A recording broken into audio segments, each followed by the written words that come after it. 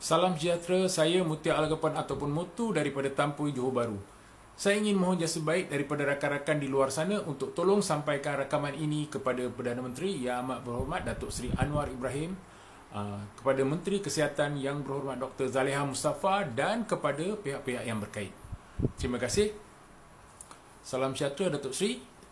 Hari ini saya ada satu cadangan penting di mana saya percaya ianya mampu menyelesaikan masalah kekurangan hospital, pakar-pakar perubatan, peralatan canggih dan lain-lain perkara yang menyebabkan limpahan pesakit di kebanyakan hospital-hospital kita.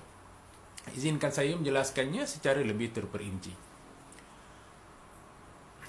Datuk Seri, cadangan ini agak luar daripada biasa dan ianya lahir daripada konsep berpemikiran di luar kotak. Oleh itu, saya berharap agar Datuk Seri dapat melihatnya secara lebih terbuka dan penelitian yang khusus daripada Datuk Seri amat sangat diperlukan untuk kita menjayakan misi ini.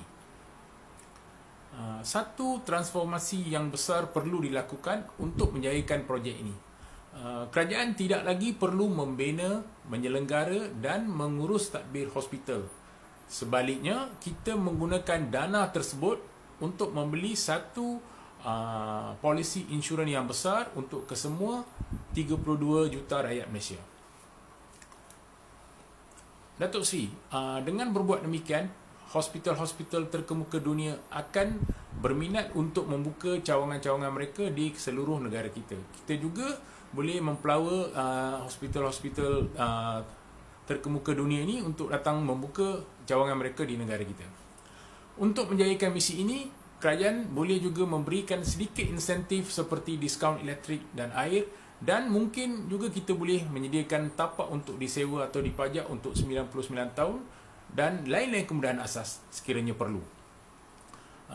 Kerajaan melalui Kementerian Kesihatan akan berfungsi sebagai moderator ataupun sebagai bos dan akan memantau kesemua hospital-hospital ini daripada sebarang, salah laku dan sebagainya. Datuk Seri, dengan transformasi ini, rakyat akan dapat perkhidmatan perubatan kelas dunia seperti rawatan, pembedahan dan rawatan susulan secara percuma. Kita sedia maklum, banyak syarikat-syarikat dan kilang-kilang di luar sana telah pun menyediakan pakej perubatan sebegini termasuk klinik panel untuk kesemua staf-staf mereka. Datuk Seri, kita juga mampu menyelesaikan masalah doktor-doktor kontrak dan lain-lain staf perubatan secara mutlak kerana perkhidmatan mereka akan diperlukan di kesemua hospital-hospital yang bakal beroperasi di negara kita dengan menawarkan pakej gaji yang jauh lebih baik. Dengan itu, masa depan mereka lebih terjamin. Perubahan besar ini juga akan menarik minat doktor-doktor pakar dan lain-lain staf perubatan profesional kita yang bekerja ataupun bermastautin di luar negara untuk kembali berkhidmat di negara sendiri kerana saya percaya dengan konsep baru ini, pakej gaji mereka mungkin setaraf dengan negara-negara maju.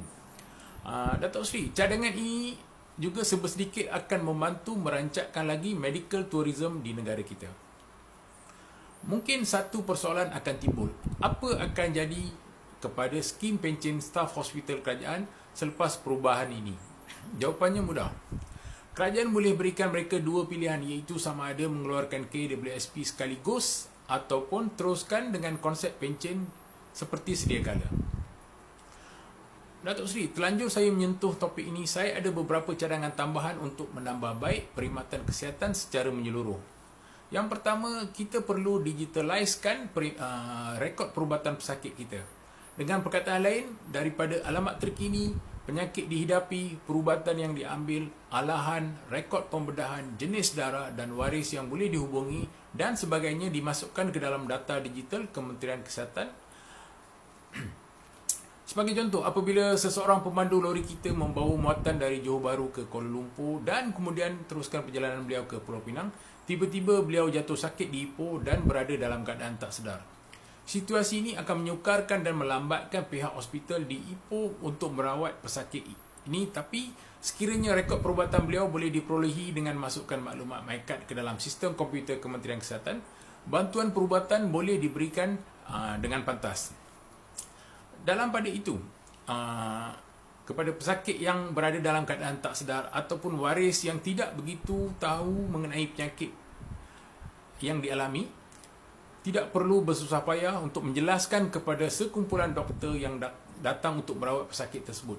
Saya pernah alami situasi ini semasa adik saya dimasukkan ke ward. Walaupun saya tak berapa ingat, saya terpaksa jelaskan mengenai penyakit adik saya kepada lebih kurang 10 doktor yang datang dalam beberapa kumpulan.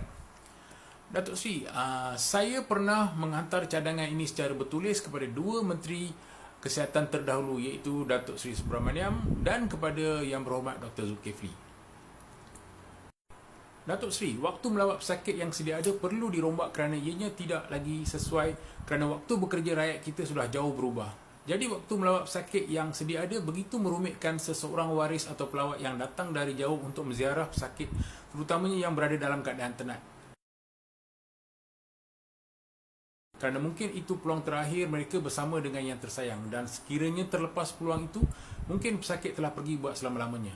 Jadi untuk memudahkan semua pihak, saya cadangkan supaya waktu lawatan pesakit dibuka dari pagi hingga ke malam. Ianya dapat mengelakkan satu kumpulan yang besar bertumpu pada satu ketika kerana waktu melawat yang begitu terhad. Ianya juga akan menyebabkan tempat letak kereta tidak mencukupi. Datuk Seri, kita perlu perkenalkan satu konsep untuk membuat temu janji untuk berjumpa dengan doktor dari rumah. Dengan perkataan lain, awal-awal lagi pesakit boleh dapatkan slot untuk berjumpa dengan doktor. Jadi pesakit tersebut boleh ke hospital pada waktu yang ditetapkan. Oleh itu, kesemua pesakit-pesakit tidak perlu keluar awal dan berbaris panjang di hadapan kaunter pendaftaran. Cadangan seterusnya ialah wujudkan satu tracking app. Seseorang pelawat awal-awal lagi boleh memastikan blok, tingkat dan nombor katil pesakit yang beliau nak ziarahi, lebih-lebih lagi apabila seseorang pesakit ditukarkan dari satu ward ke ward yang lain. Datuk Seri, cadangan terdahulu saya iaitu shift bekerja 12 jam amat sesuai untuk dilaksanakan di sektor ini. Dengan melaksanakan cadangan ini, kita mampu membawa satu perubahan besar dengan meletakkan titik nokta penutup dan menyelesaikan masalah kekurangan hospital, masalah doktor kontrak dapat diselesaikan. Doktor-doktor kita di luar negara mungkin pulang ke negara sendiri, dan mungkin kita dapat merancangkan lagi medical tourism di negara kita. Datuk Seri, saya ingin mengambil kesempatan ini untuk mengucapkan salam takziah kepada keluarga Allahyarham Datuk Seri Salahuddin Ayub yang telah kembali ke rahmatullah minggu lalu. Mudah-mudahan roh Allahyarham akan dicucuri rahmat dan ditempatkan dalam kalangan orang-orang yang beriman. Beliau adalah ahli parlimen kawasan saya.